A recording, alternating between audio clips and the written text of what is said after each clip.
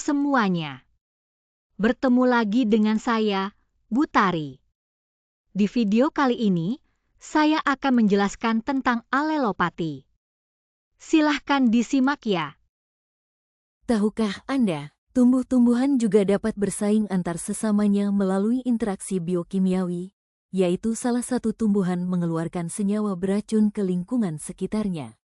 Interaksi alelopati dapat terjadi baik di atas tanah maupun di bawah tanah.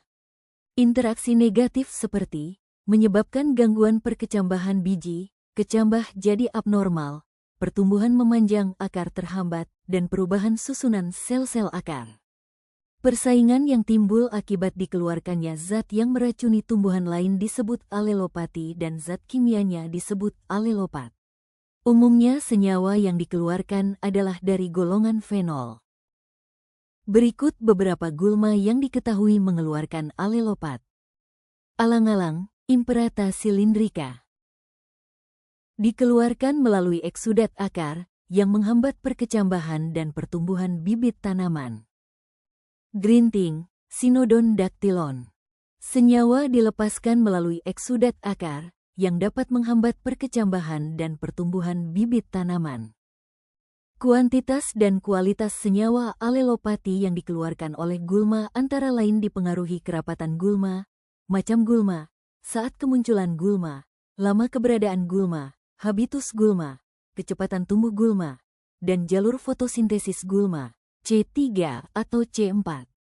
Senyawa-senyawa alelopati dapat dilepaskan dari jaringan-jaringan tumbuhan dalam berbagai cara seperti penguapan, eksudat akar, pencucian dan pembusukan organ tumbuhan. Senyawa alelopati ada yang dilepaskan melalui penguapan. Beberapa genus tumbuhan yang melepaskan senyawa alelopati melalui penguapan adalah Artemisia, Eucalyptus, dan Salvia. Senyawa kimianya termasuk ke dalam golongan terpenoid. Senyawa ini dapat diserap oleh tumbuhan di sekitarnya dalam bentuk uap, bentuk embun, dan dapat pula masuk ke dalam tanah yang akan diserap akar. Banyak terdapat senyawa kimia yang dapat dilepaskan oleh akar tumbuhan, eksudat akar, yang kebanyakan berasal dari asam-asam benzoat, sinamat, dan fenolat. Sejumlah senyawa kimia dapat tercuci dari bagian-bagian tumbuhan yang berada di atas permukaan tanah oleh air hujan atau tetesan embun. Air dari pucuk hijau muda atau bubuk daun tua dan lahan bekas keberadaannya dapat menghambat pertumbuhan tanaman. Tumbuhan yang sudah mati pun dapat melepaskan senyawa alelopati lewat organ yamek berada di atas tanah maupun yang di bawah tanah.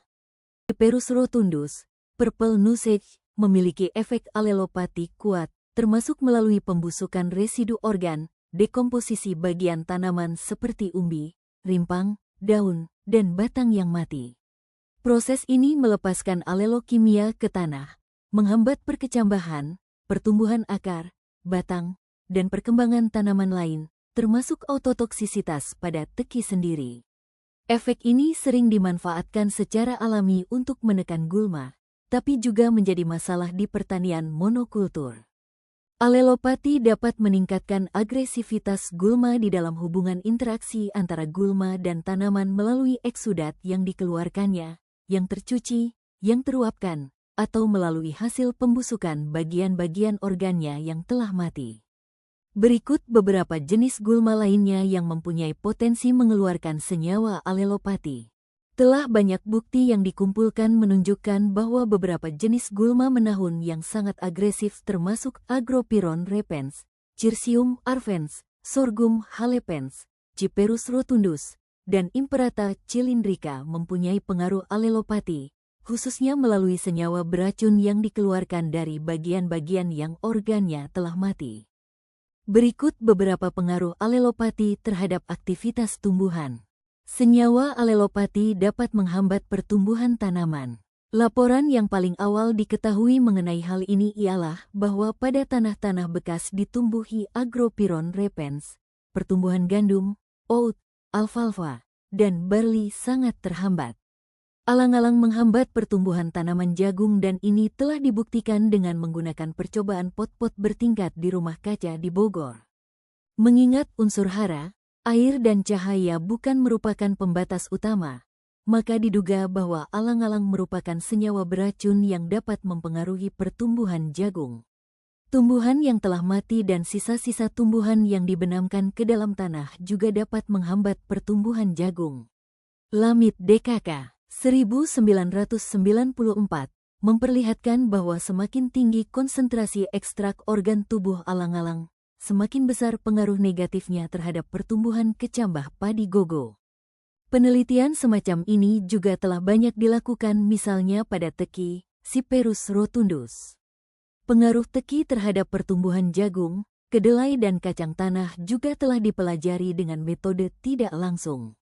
Ekstrak umbi dari teki dalam berbagai konsentrasi telah digunakan dalam percobaan. Sutarto, 1990, memperlihatkan bahwa tekanan ekstrak teki segar 200 dan 300 gram, 250 ml air menyebabkan pertumbuhan tanaman kacang tanah menjadi kerdil dan kurus, serta potensi hasilnya menurun.